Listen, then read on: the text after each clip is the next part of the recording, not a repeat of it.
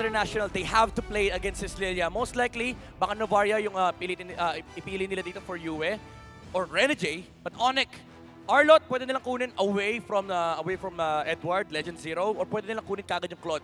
Knowing na naka-Guinevere ang Blacklist International, mataas actually ang pick rate ni Claude versus Guinevere, but they do go for the Arlott. So Blacklist International, again, pwede mong kunin yung Claude dahil hindi kinuha ni Chewe. And as you said, the Arlott and Lilia na lock-in, tama ang hula. And grabe itong fun fact na to, medyo fun to kung Filipino broadcast ka. 100% ang blue side win rate ng Blacklist International. Okay and we are... Okay na to. Selyado na to.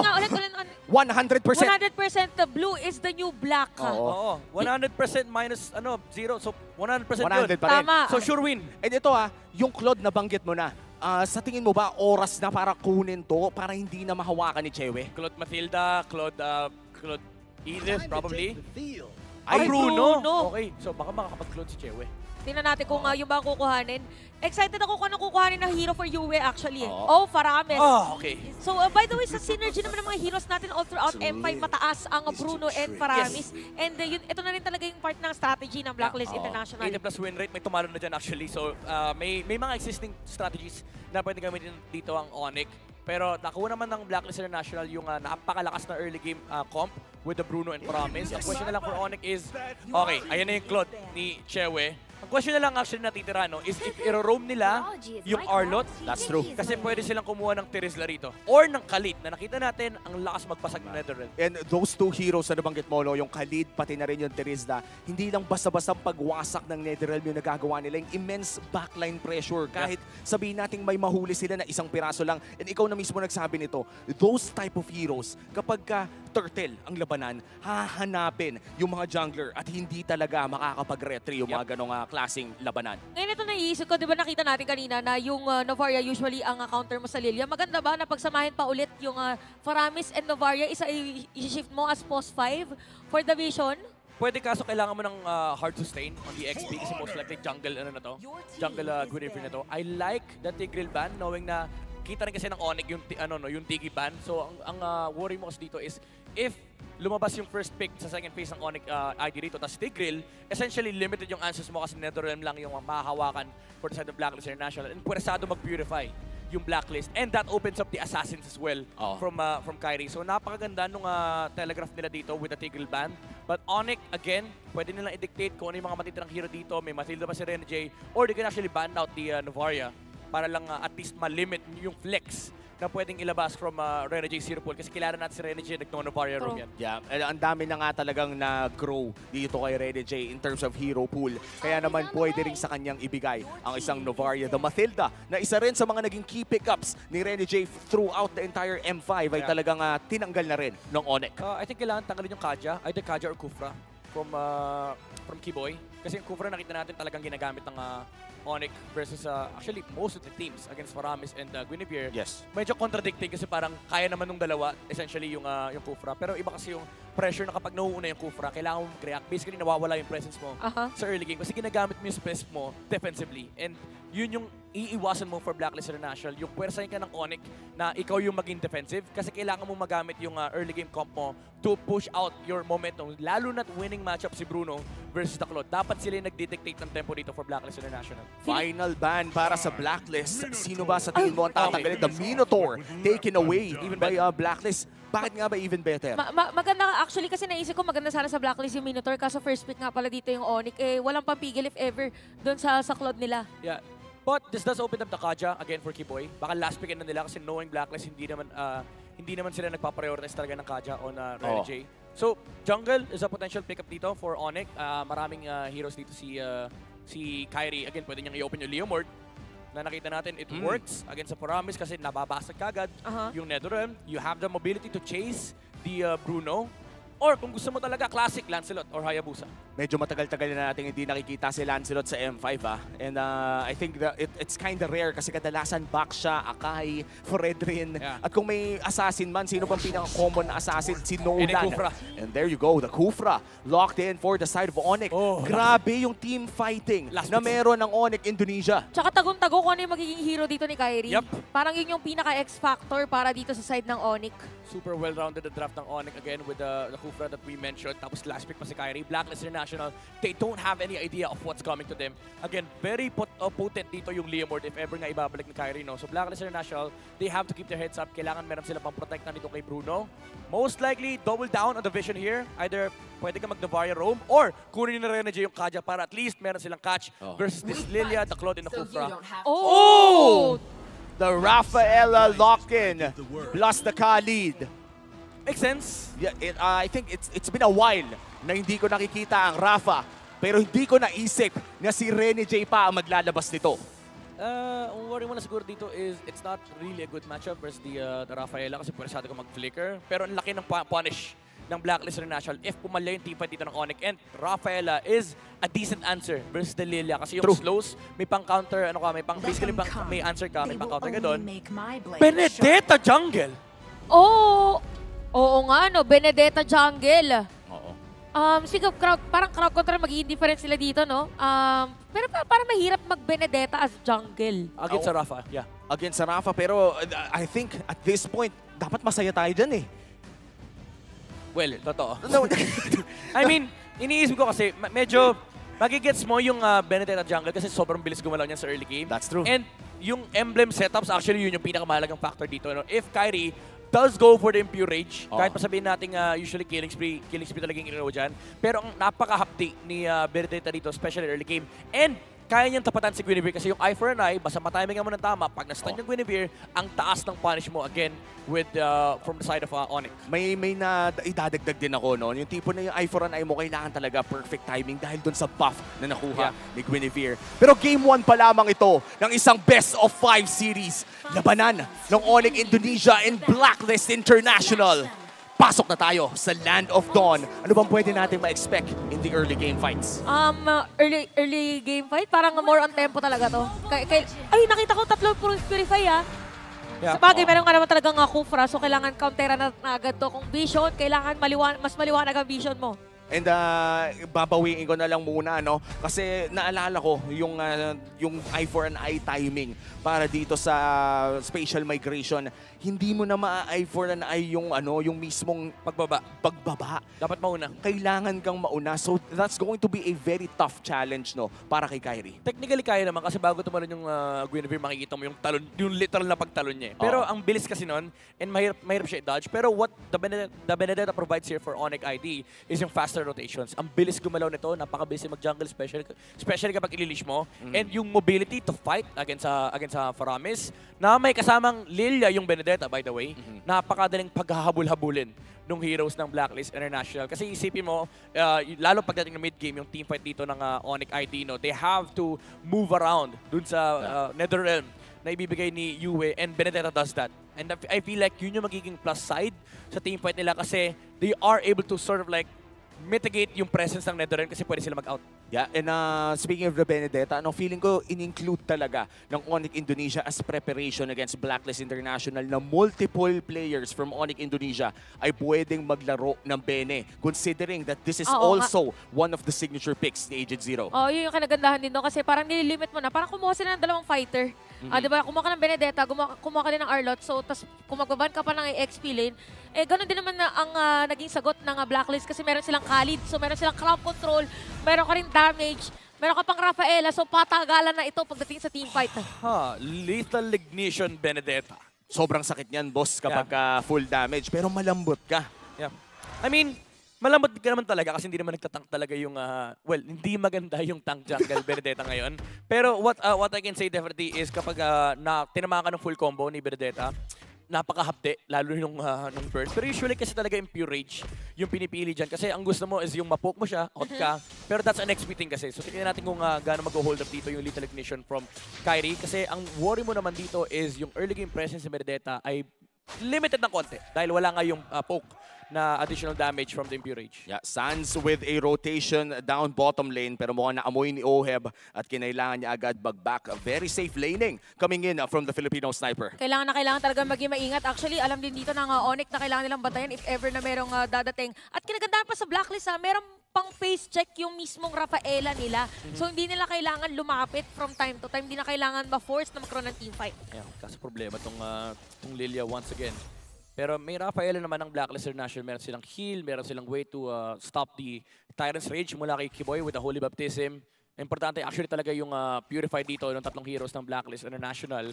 Also Edward with the Flicker, yung Raging Sunstorm potential burst na mga pwedeng magawa dito ng Blacklist International. Meron silang follow-up. Pero basically, ang game plan ng Blacklist International dito is protect si Oheb. Protect malala talaga. Ang kailangan nilang gawin dito. And first turtle, mukhang Blacklist International ang magsisimula nito. Edward on the zone. Kiboy still level 3. Wala pa namang Tyrant's Rage. Pero nandito na nga si Kyrie at si Sands. Trying to contest. May angulo siya. Ibibilit ba? Ginamit ang Black Shoes dito. Edward kalahati ang buhay. Look at Kyrie. Ano yung damage pero ginamit na dito yung Nether Nether Realm. Napakaganda. Pasok! First blood. Mapupunta kay Sensuit. Makukuha pa nga dito ang pagong Turtle no counter. Blacklist International ang una makakakuha. Paano mo naman ba i-contest kung patay ka na? Yeah. At nahanap nila si Kyrie ng napakabilis. Again, that's the downside of having a Benedetta. Wala silang, actually wala talaga silang pansilip dito aside from boots. And yung Benedetta, kailangan mo ng clear angle para makasilip ka sa turtle. Ang problema is binate ng Blacklist. Yung turtle dito, nung bumaba na yung HP, nag-turn sila ng teamfight with Edward using the Raging Sunstorm. I think kay Boots pa nga para hindi makapag-follow up dito yung Arlot, and then yung natitirang members ng Blacklist International nag-focus fire para mapatay si Benedetta. And that was such a great take mula sa Blacklist International. First turtle, first blood. Sila ang may hawak ng kalamangan ngayon. Magpaglalabanan pa ang Lito Wanderer pero makakuha ay Onyx. Kailangan din talaga humabol dito ng Onyx. Ba't yung makikita natin for Oheb na nakakalamang at unang tumatayo. Nakailang hits pa doon sa may outer turret energy shield kahit nandun si Chewe. Yeah. Ito, lamang naman talaga sa lane si Oheb dito. Although, as much as you want Blacklist International, kailangan nila mag-pull ahead talaga from the Claude. Kasi from this point on, baka makapag-double lane na yung Claude dito. So, kailangan nila maglaki ng pressure dito sa may bottom lane para at least ma-pressure nila yung tower. Pero Chewe, Ito na yung pressure na sinasabi, napilitan na mag-purify at BMI out. May iba kay Sensui ngayon na. Pangalawang beses nang tumama yung spatial migration sa mga tamad target. In Onyx Indonesia, looks like they're about to lose out yung Torre doon sa gold lane. But Edward has to go for the quicksand guard. Nabitin lang. Di pa umabot. Kulang ng 1 inch, Boots. Kulang ng 1 inch. mga 5 centimeters, gano'n. And so far, 4 minutes in, Blacklist International pa rin ang may hawak ng lamang at mukhang in terms of the gold lane, lamang sa damage si Oheb. Oo, masisira na rin yung Torre dito. Na isang ganong Chewe! at ginamit tayong Blazing Duet pero wala pa naman damage. Sinalo niya Isang lahat. Claude, if ever, kaya naman pipilitan umuwi dalawang players at mukhang mauuna pa pumwesto dito ang Blacklist sa may 13. This is big for Blacklist kasi now they have the right to call for lane swaps. Lamang na lamang si Oheb, and I feel like kahit yung Arlot hindi siya kaya sustain ngayon. So malaki problema ng Onyx Esports dahil yung gold lane ng Blacklist International makakapag-dictate ng momentum in the mid-game. At si CW or Chewe ngayon ay kailangan makahanap ng lugar at oras para mag-farm. Second turtle of the game. Mukhang hihilain ni Kiboy pero mapupunta pa rin sa Blacklist ang control. Kyrie, ang tanong dito ay papasok ba siya para mang-agaw o hahayaan na lang niya? Take the safer route pero mukhang gusto niya atang mag-contest dito, Chantel. Oo, nakaabang din sila. Na-reset. Sabi niya, sige, magko-contest ako dyan. Na-reset naman yung pagong. So, mag-clear mo ng minion wave dito ang ating dalawang kupunan. Pero sinisimulan na, by the way, dito ng Blacklist International. Sakit nga ng damage. At si Kiboy, naka-flex na rin. Napapasok Kiboy, looking for the Tyrant's Spatial Rage. migration! Pero siya hinaharap na spatial migration at may kasama pang Raging Sandstorm at si Sensui pa rin ang nakakuha ng turtle. Pinapagsak ang Sky King. Grounded ka muna, boy! At hindi na nga niya kakayanin pa sa kamay dito ni Edward. Isang mabilis 4-0 para sa Blacklist International. At pwede pa nga dumiretso doon sa may bottom lane. Si Edward, diretso lang clear na minion wave. Binasic ni Sensui. Sinabi natin kanina, ito yung punish. Kapag tumalon si Kiboy, maandali niyang talunan. And ang nangyari is, ni-reset yung turtle. Actually, hinold ni Kiboy. Para kay Sensui, sabi ni Sensui, thank you. Kasi pag spatial migration, Violet Requiem, retry na lang din. Kanya pa yung turtle, napatay pa si Kiboy. Ayan, para tama yung sinabi nyo, kakaiba yata yung gising dito ni Sensui. Ginamit ang final slash, pero lahat ng mga talon ngayon ay tumatama at pumapasok at sumushoot sa kanila. Boots with another vengeance. CW Chewe looking for that entrance. Pero mukhang si Kiboy nabitin na naman. At si Kyrie hindi na makakasama pa. Edward! Boots goes down. Si Edward naka-ready din if ever. 5 agad ng mga players ng Blacklist International na nandito ang kanilang horsey na composition. Very effective for them. Ube na talaga for Blacklist. Saan ba yung nakita ko? Kinancel ng Worldy yung yung natitirang talon ni Kiboy. Oo, ano siya kanina, naka-flex Walang na-stun sa kanila eh. Oo, na talagang pagkatama ang timing ng Worldy, yun yung isa sa mga pinaka nakakairitang pwedeng manggaling sa isang Bruno. But so far, we have a very respectable lead. Blacklist International is ahead by 3,000, 7 minutes in. Pero nagawa rin ito ng Triple Esports sa laban nila against Onyx Indonesia. At isang Lord lang ang kinailangan ng Onyx para makabawi. Kaso ang kalaban ng Onyx dito yung blueprint. Yung blueprint ng Blacklist International. And yun yung magiging problema nila. No? Sa Lord fight, again, medyo lugi sila. Aside from the fact na walang sisilip, yung tatalon from Onyx is kailangan on point talaga. Kasi kapag hindi on point, ang daming punish. Nandiyan yung spatial migration, nandiyan yung hila from the Stampede mula kay Yue. And may mga purified din kasi from the side of Blacklist International. And yung sinasabi nating lead ng Blacklist, sobrang sizable nito kasi yung DHS pickup ni Claude, it's 1 minute delayed compared to the average DHS pickup ni Claude. And Blacklist dito, lamang sa gold. Actually, sobrang laki ng lamang ni Oheb. Even though 1K lang yan, most people would say 1K. Yung 1K lead ni Bruno, napakalaki niyan. And that is the third and final turtle of the game na mapupunta sa kamay ng Blacklist International. Crucial item pickup here, Lightning Truncheon, papunta kay Yue, mas pinasakit ang damage niya ngayon. Oo, mabilis din ang magiging splash against the players of Onyx. Top lane talagang pinagigigilan ni Oheb. Si Oheb. Kaya nasira na agad. Sensui! At nakita na natin to kanina, si Kiiboy nakaabang. Pero sabi niya, parang delikado yata, nabiglang talunaan si Sensui doon. At tingnan mo, pati si Edward kaya pang tangkihin si Chewe. 5-0, hindi pa nakakahanap ng isa ang Onyx at nahihirapan silang humanap ng tsansa against Blacklist International. A perfect game so far. Tapos di pa nga nagagamit yung Fury ng Blacklist. Grabe, 4 na heroes ng Blacklist International yung nangunguna dito sa damage leaderboard. And surprisingly, si Kyrie yung nasa ilalim. Nako, mukhang yung Benedetta pickup parang medyo... Ang hirap kasi talaga eh. Alam mo yung sobrang depend mo sa XP, sa roam. Parang lahat ng trabaho ni Kiboy tsaka ni Boots dito dapat sobrang perfect. Kasi naghihintay ng engage si Kyrie dito. Hindi ito yung tulad ng XP lane Benedetta na nakikita natin mostly from Edward na talaga ng zone. Kasi kapag jungle Benedetta ka, naka-damage build ka, sobrang lambot ng hero na yan. Tsaka sobrang crucial na naging kill sa kanya kanina. Oy, wait lang. Boots. Si Boots dito papasok with a final slash para sa may bandang likod. Wow. Magiging target niya na si Sensui. Pero sakto yung Netherrealm. Nasa get ng kakampi. Welcome to Ube. Tapos na si Kyrie dito ay hindi makakakuha ng kill. Renny J is still alive. Kakaibang agimat ang suot-suot niya. Kamuntikan pang mamatay si Kyrie doon. Saktong eye for an eye para ma-block yung bola ni Oheb. Blacklist almost a 6K gold lead. Ramdam nila may sumisipa doon sa gilid ang hapde ng damage output ni Oheb. And again, Onyx, they do have that damage, pero yung saving mechanism kasi from Blacklist International, yung mga purifies, yung heal, and yung reset na nanggagaling sa Netherrealm. Paglabas kasi doon, di ba may immunity yun, 1.2 seconds. Makakalabas kasi talaga yung heroes ng Blacklist, knowing na may heal nga from Renny J. And lalo kanina si Sensui pa, yun na talunan. Kiboy! Oh no! Papasok doon. Sasakto nga ba para sa kanila? Yun nga lang, Renny J makukuha na nila. Meron pa Netherrealm, ginamit na dito ang Raging Sandstorm. Kyrie goes down. Edward may quick sand guard puts. Babagsak din siya. And it is a 2-4-1. At makakalord pa ata ang Blacklist International. Grabe si Edward. Sorry kaibigan. Alam ko parehas tayong taga-Bataan. Pero binigyan niya kaagad yung jungler ng Onyx Esports. Flicker with the Raging Sandstorm. No chance at all for Onyx to re-engage. Grabe yung naging trade. Isipin mo si Renny J, pero dalawa si Kyrie pa. Yung na-target dito ng Blacklist International. Sure ball na Lord para sa Blacklist. Nagbanding yung Bataan boys eh. Nagkita sila ulit eh. Makikita natin sa instant replay. Ang ganda sana ng engage mula kay Kiboy. Pero again, yung damage output dito ng Blacklist International sobrang overwhelming. And again, yung flicker play mula kay Edward na bigyan kagad yung Benedetta. And wala rin kasing eye for an eye.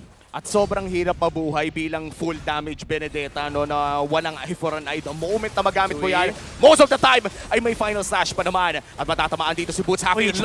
Hindi na ata makakatakas to. Parang hindi na pala, nag-iba na pala yung lyrics ngayon na Boots, where are we going na pala? Hindi na si Dora ang hinahanap dito. And 7.8k gold lead para sa Blacklist International. Mukhang masisira pa rin nila yung Torre dito sa may middle lane. Rekta lang sa pag-push. 11 minutes in. 8-1. Piso pa lang ang nakukuha ng Onyx. Nahuli nila si Kiboy at papasukin nila.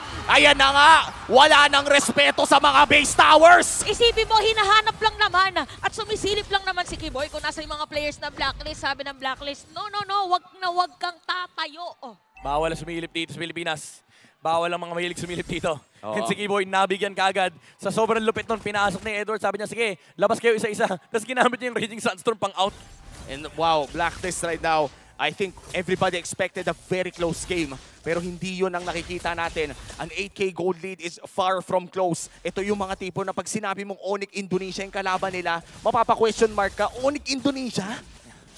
9-1 yung current score ngayon. It doesn't look like Onyx has a chance of actually fighting back. Kasi ang way nung kanilang nung composition para manalo is talagang makahanap sila ng magandang teamfight from Kiboy. Pero nagiging malaking problema yung tatlong Purify na setup dito mula sa Blacklist International. They do have the Claude and they do have the Benedetta. Dalawa sila nag-i-split.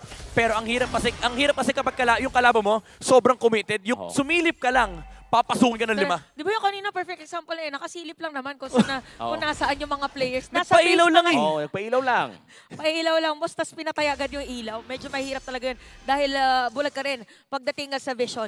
And Blacklist International in this game, no, apart from obviously getting Kyrie again and again, hindi pa rin tayo pwedeng maging relaxed. Because again, Onyx Indonesia is a team na kapag nakakuha ng isang malaking objective, pwedeng magkaroon ng malaking swing. Kaya naman pinasok si Edward! Netherrealm! Netherrealm! Para kay Yue! Mukhang mababaliktad pa nga. No, sir! Yue? Sabi nila dito, pero free hit para kay Chewe. Sabi ni Oheb, sige, lumapit ka. Pero aalis na lang sila dahil meron na rin namang Lord na pwedeng kuhanin. Welcome to Ube! Walang maiiwan! Tas tignan mo full HP, parang umuwi ng base boy. Parang wala nangyari. Parang walang nangyari, hindi nga nag-flicker si Edward dun eh. Sobrang sakit sa pakiramdam nun, nag-blazing do-it ka, nag-ulti yung Copra, na-force pa yung flicker ni Kiboy para lang maka-backout sila. Tapos makikita na lang next time, parang, ito yung binanata natin kanina. Ba't bubuhay nito? Umuwi na ba yan? Ay, parehas ko tayo na tinanong. Kasi totoo naman talaga, ang dami mo na-exhaust para sa kanya, pero hindi pa rin masesecure. Eto, hindi, may setup na si Kiboy, pero walang flicker. Pero may mga purify may mga purify from Blacklist. Grabe si Edward Bataan boys. Bataan boys. Half HP on this Lord. Hawak ito ni Sensui. At talagang hindi nila binibigyan ng chance ang Onyx Indonesia na makalapit pa. Kalahati na lang yung buhay. Ay! Nakikita yata si Edward doon. It's gonna be a shutdown. Oh no! Makasecure ng kill. Pero yung nga lang, Oh no! napagandang Netherrealm para sa kanila yung Lord kanina mapupunta! Sensui! It's gonna be Sensui again with us instincts. At mukhang dediretso yung pa nga. Teka lang, lumipad na dito yung Cobra. Tinahabol si Kiboy. Boy! Where are you going, Kiboy? Dalawa ang nawala at ang instincts pa rin ni Sensui ang nanaeg. Thank you talaga, sabi ni Sensui. Kanina niya pa nililis yung Lord. Spatial migration onto Kyrie. Hindi nagamit yung Eye for an Eye. Kasama siya doon sa knock-up. And sabi ni Sensui, re-retrain ko na lang yung Lord. And this is it. A big Lord push for Blacklist International. Bawal magkamali. Final slash miss. Final slash, hindi pa tumama. At mukhang aayusin muna ang wave. Huling beses para makahinga. At huling beses para mag-expect kung matatapos na ba ng Blacklist to. Ang ganda ng gising ni Sensui ngayong araw. Parang lahat on point. Retribution on point. Special migration on point. Oh, if ever man, Kiboy, maganda talagang diretso. Wow! Exclamation point! Sensui! Sensui again, si Kyrie magiging target niya. Kamutikan na si Kyrie. Pero kinagandahan dito talagang on point, men, ang mga talon niya. Wala pa akong nakitang spatial migration na walang tinamaan na importante. Onyx Indonesia. Oh, grabe si Sensui, man. Nakita mo yung ginawa niya? Ano? Nakita niya kumakasan ng charge si Kiboy. Nag-spatial migration sa harap, nag-iwan ng clone. Para Sabi may niya, blocker. sige, yan ang talunan mo. Oh, ang ganda. Oh, iba na. May checkpoint. May footballer ka na, may middle blocker ka pa. Alala. Grabe yung instincts, man. Oo, yung presence of mind lang na, okay boy, tatalon ka. O ito, yan. Nilagyan ng gate sa harap eh. Ito na yun eh, kung may Sensui instincts, may Sensui senses na rin eh. Lahat na eh. Lahat ng pwede mong ilagay na parang mga pwedeng idagdag eh, nandyan na. Imagine mo si Kiboy kung ano naisip niya ng time na yun. Pwede pala yun. Pwede pala yun. Pwede pala yun. Hinaharangan yung talong ko. Oo, hindi na nakatakas bigla or hindi na nakatalon bigla. Pero gusto ko lang sabihin na si Oheb, parang ano siya ngayon, talagang hinalma siya ng mga players niya kasi ang focus niya ngayon is makasira talaga ng torrent. Kalmadong Oheb talaga pero sumasakit na rin si Chewe ha. In that Lord fight, tandaan natin na napitas pa rin si Edward with a great setup mula dito kay Kiboy. And talagang kailangan na rin respetuhin ang damage na meron si Chewe dito. Yeah, but the thing is, you have to expend yung Tyrant's Rage. And for the next team fight after nun, sabihin natin, let's say mapatay nila si Edward, what's next? Kailangan pa rin nilang labanan yung Netherrealm. And also, they also have to think about yung spatial migration na nilalatag ni Sensui dito. Muntik tamaan. Kamunti, gahibla na lang eh. Oh. Pasalamat ka. Kulang ng 2 centimeters, Kiboy.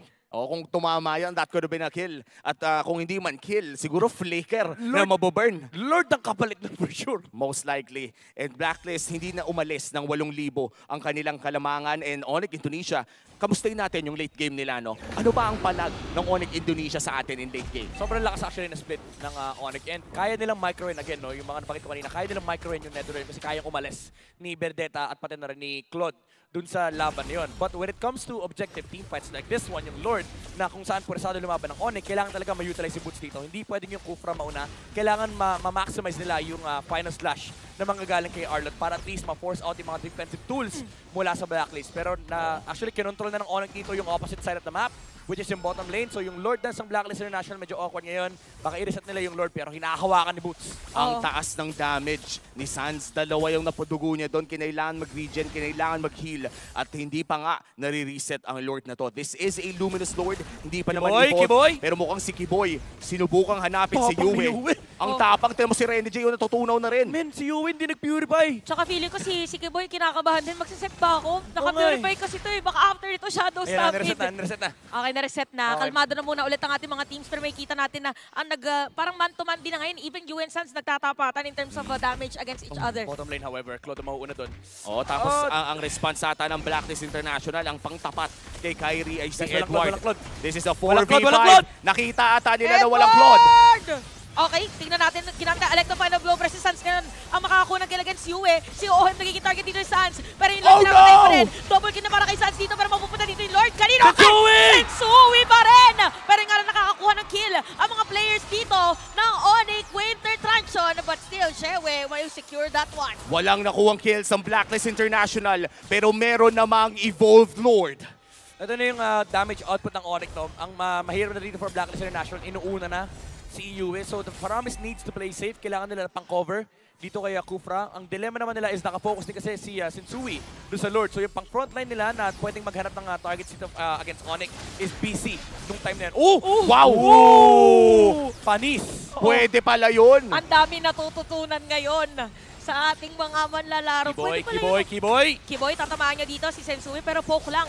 Medyo delikado pag bigla sila papasok at mabilis na madedepensahan ng Onyx dito yung Lord. Ito lang yung mahirap for Blacklist International. Actually, sobrang hirap tapusin itong game na ito. Knowing na may Claude, Benedetta, and Lilia, napakabilis mag-clear nitong mga heroes ito. So baka umabot tayo sa point na yung capabilities ng Onyx ay lumabas na. Again, split pressure is gonna be insane in the late game.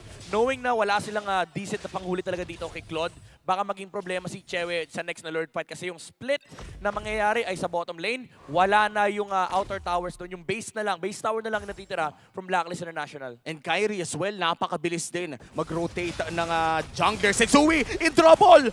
Makakatakas lang din. May iwan yata doon ang kanyang mumu muna. So this time around, may kita natin na Onyx, nagtatry sila na gumawa ng play from time to time. Tapos tingnan natin 20 seconds on the flicker of Boots, 25 naman sa flicker ng Arlott. And this will be very important for Onyx Indonesia dahil parehas kay Kiboy at kay Boots na mayroong flicker trick. Yeah, let's be frank here, napakaganda ng late game ng Onyx dito. Aside from the fact na scaling yung mga heroes sila, halos lahat sila AoE damage. When comparing to Blacklist International, single target focused yung lineup nila. May konting AoE naman pero hindi enough to. Laban sa spread out damage ng Onyx. You have the Blazing Duet, yung Electro Final Blow, of course yung Lilia, AoE damage yan. Tapos yung Claude na talagang, sabi ko na yung Claude with the Blazing Duet. Pero alam naman natin kung gaano kabilis mag-switch ng target sa Claude. Basta nasa harap niya, pwede niyang banat-banatan. And it all takes one retribution. Paano kung yung sunod na Lord ay si Kyrie pa ang makakuha? Kailangan maging on point ng Blacklist International in securing that final objective. Because Onyx Indonesia, at this point, notorious na sila na isang Lord lang talaga ang kailangan nila para tumapos. Si Renny J yata ang una nilang bibigyan. Pero mabilis lang din naman with that movement speed. So mare-reveal ngayon for Onyx kung saan nakapwesto ang mga players ng Blacklist International. Sadya ba yun? Honestly, dapat nga nag-commit ng Tyrant's Rage si Kiboy doon. Just force out the Purify kasi walang Purify sa next na Lord team fight. And Chewe dito with the nature. Ay! Pinreferen niya. Oheb! Oh, Oheb! sige. Laban na, 1v1! Oh. Laban 1v1! Oh, sige boy dito. Naku po, sila pa yung natihado. Oh, akala Walang nyo pure. ah. Walang purify yung Claude. Walang flicker yung Cobra. And this is really bad if you're Onyx Indonesia. Buti na lang, blacklist kayong mga nakatutok dito sa Filipino broadcast. At sisimulan na nga ng Onyx Indonesia ang Lord na ito. This is an Evolve Lord, pero mukhang hahabol pa si Chewe at si Kiboy. Kaya pwede mag-turn yung blacklist dito. Ang problema nila yung tumatagal na Lord Dance. Pabor na pabor sa Onyx dahil level 15 na si Sans. So medyo malaking problem na yung Lilia dito. Aray, So oo they nga. might consider fixing out the waves first. Ay. Pero inuuna na sila ng Onyx. Mas naunang nag-fix ng waves si Kyrie dito sa may top lane. And nandito rin si Chewe. Oh, Kiboy! Ang ganda na face check by the way dito ni Kiboy, pero nga lang mas prepared naman dito. Napakaganda pagpasok kay Edward. Si Sans! Sans, yung target niya, ginamit ang black shoes at magbaback away ngayon ng mga players. Medyo delikado para sa atin na mag-go. Pero makikita natin ngayon na sisimulan pa rin yung Low Lord HP, low ng HP Blacklist International at aalis muna sila. Babalik na pala. All three purifies ay okay pa rin for Blacklist International. Ang tanging may flicker para sa side ng Onyx ay si Boots. So yung final slash lang ang kailangan nilang abangan at mukhang hahawakan ni Sensui ang Lord na to. Galit na galit si Kyrie sa damage. Nag-BOD pa. Oo nga, nakita natin, no? Uy, si Edward yung pwesto niya dito. Huwag kayong magkakamali na merong sumilip dito. Hinihintay lamang natin ang pag-commit ng dalawang teams. Kiboy nagsistretching. Kiboy. Mahanap ang isa! Full baptism! Okay, nagamit na nga dito. Mawala ng immortality. Meron final slash para dito kay Boots. Si CW or mawawalan dito ng Blazing Duet. Pero may kita natin si Edward. Edward! Target lang din nila. Killis pa na para kay Chewe and Kiboy. Maiiwan. Papunti ng mga bola. Ginamit na rin dito ang Holy Blessing at aalis ngayon ang mga players ng Blacklist. Napakagandang final slash mula kay Boots, and that might have given them the Evolve Lord. Pero nandito pa rin si Sensui. Nandito pa rin ang taga-retry ng Blacklist. Ilalaban pa rin yata. Nakikita natin ngayon na talagang pipigilan ng Onyx. Pero nakapwesto sila ngayon. Kompleto na ulit. Para slash. Si Edward pa lang may iwan doon. Pero papasok kayo na Blacklist International. Pero free hit para kay Chewe. At mukhang Kiboy, ilalaban pa Sensui! rin. Papasok kayo si Sensui. Matadamay. Kiboy is down. Si Yui dito medyo susunod. Pero makukuha pa rin ni Kyrie this time around. Oh, Yung Lord, Blacklist! pero Blacklist! yung mga bola. Tinan yung mga bola. Double kill na para kay Oheb. Dalawa na wala para sa side ng Onyx, pero kailangan ng dumepensa ng Blacklist International kung di pwedeng mabasagan sa baba.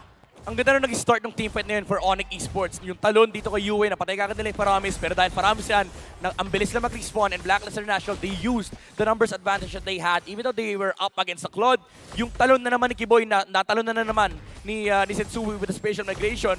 Fortunately for Onyx, nakuha ni Kyrie yung Lord dahil sobrang taas ang kanyang damage output, and medyo mahirap din kasi retrihan talaga yung Benedetta with the Electro Final Blow into Retribution sa Lord. Kapag nag-miss ka ng konting timing, talagang sa Benedetta mapupunta yan. So Onyx, they do reset the pace of the game, but nararamdaman na natin yung problema for Blacklist International, no? Si Sans dito, yung AoE damage, napaka-happy talaga ng Lilia. There's a reason why the Lilia is perceived as one of the best mages in the current meta. At nakikita talaga natin kung gaano kasakit ang bawas na binabato Ayun, na ni Sans. Kitang-kita na sa numero na 140, 24 minutes pa lang. Multiple targets kasi. Pero again, Blacklist International, yung kanilang teamfight dito, although most of the teamfights na nakikita natin, terms ng Onyx, if they do find the thing that they want is yung talon dito kay Kiboy. If sila yung makauna, either kay Kufra or kay Arlot, doon magsisimula yung takbo ng teamfight. Kasi si Edward duty pa rin siya. Tinatalon na niya actually kanina pa si Sans with the Raging Sandstorm, forcing out the Black Shoes. So kailangan lang talaga ng Blacklist International dito makaharap ng magandang angle. Pero when it comes to chaotic teamfights, lalamang dyan ang Onyx. Grabe naman yung face check ni Boots dito, no? Parang nagpapaporma lang si Sans. Mabilis naman na ata yung cooldown ng Black Shoes at that point. Pero again, I would call that as somewhat of a parang pang-provoke. Pinoprovoke niya ata yung Blacklist International, and so far, disiplinado naman ang koponan ng Blacklist. 60 seconds bago lumabas. I think this is the 5th Lord of the game. Yeah. Napaka-importante nito dahil pakiramdam ko kung sino makakuha nito could potentially end the game. Yeah, baka baguhin actually ng Blacklist yung approach nila, no? Baka mag-split push na lang sila. Hindi naman ganung kahirap versus the Claude kasi ang awkward lang naman sa split na gagawin nila is wala silang hard CC na wala yung mga Kaja, yung mga Kufra, mga Frango. Pero may capacity naman yung Bruno na makapag-split push, lalo wala naman kayang humarap sa kanya. Unless mahuli siya ng Arlot or ng Kufra. Pero again, those two heroes, kailangan magpakita niya sa Lord. So again, Blacklist International, if makokontrol nila yung wave, no? If If magiging maganda yung wave management ng Blacklist, like if they are able to push out the waves before the Lord spawns, mataas ang chance na makapag-split push dito yung Bruno. Pero Onyx, very fundamental din ang kanilang gameplay. Tinulak na ni Chewe yung wave sa may top lane. Tapos mukhang kailangan na nga rin alagaan ni Oheb yung bot lane dahil inipon na rin ni Kyrie. Onyx Indonesia, they're displaying their mastery of the waves. Talagang nahihirapan tayong pumwesto around that Lord area. At yung kalamangan nila in the late game ay very evident na both in the numbers doon sa damage at pati na rin sa map control. Tsaka makikita natin ngayon, no, para dito sa Onyx, alam din yata nila na pwede mag-split push kasi pumupwesto din sila dito sa may top lane. Parang willing nga silang salubungin kung sino yung pupunta dito from Blacklist International. But feeling ko nag-iingat lang din muna. Kailangan mo na mag-gauge kung saan nakapwesto dito, lalong-lalo na si Kyrie kasi biglang pumapasok ng Alecto Final Blow tapos full damage ka. Parang hirap mag-teamfight sa'yo. Now, Sensui, kailangan maretry niya ang pinakasunod na Lord and CW. Ngayon, Kiboy, nahuli ang isa! Si Sensui magiging target nila pero buhay pa rin. So take note na pumasok dito. Sensui! Si Chewe ginamit na dito ang kanyang pag-out pero mabubuhay pa rin at NetherRealm. Ginamit na rin by the way dito ni Yue. So mukhang itutuloy at ipipilit yata ng ating mga teams. Pero ang dami nangyari at ang dami nagamit by the way. Ano yun? Pagtalon ni Kiboy, finals na siya nag-out. Parang miss kumata yung talon mula sa Onyx. So they had to reset. Wala naman masyadong na-force dito. It's just the Blazing Duet. And also the ultimate coming in from Sensui. Yung flicker ni Boots ay 90 seconds pa naman at meron pang flicker si Kiboy. Kaya kailangan pa rin talagang abangan kung saan manggagaling ang Kufra. Sisimulan na ng Blacklist International ang 5th Lord of the game. Walang NetherRealm, ha? Oo, nakapwesto din dito sa may bandang gitna. Sa gitna manggagaling, feeling ko nililikuran nila dito si Yue. But ayan, naka-ready ngayon ang ating dalawang koponan. 1.2k gold lead para sa Blacklist International. And mukhang kiniklear lang muna ng Onyx ang mga minion wave. Hirap ng kalaban ng Lilia. Ang sakit sa ulo ng ganito ha. Parang gusto mo pumasok pero si Sans ay anytime nandiyan. Grabe, unti-unti umaabante. Yan yung ano na yan. Na-reset. Reset na naman. 28 minutes na.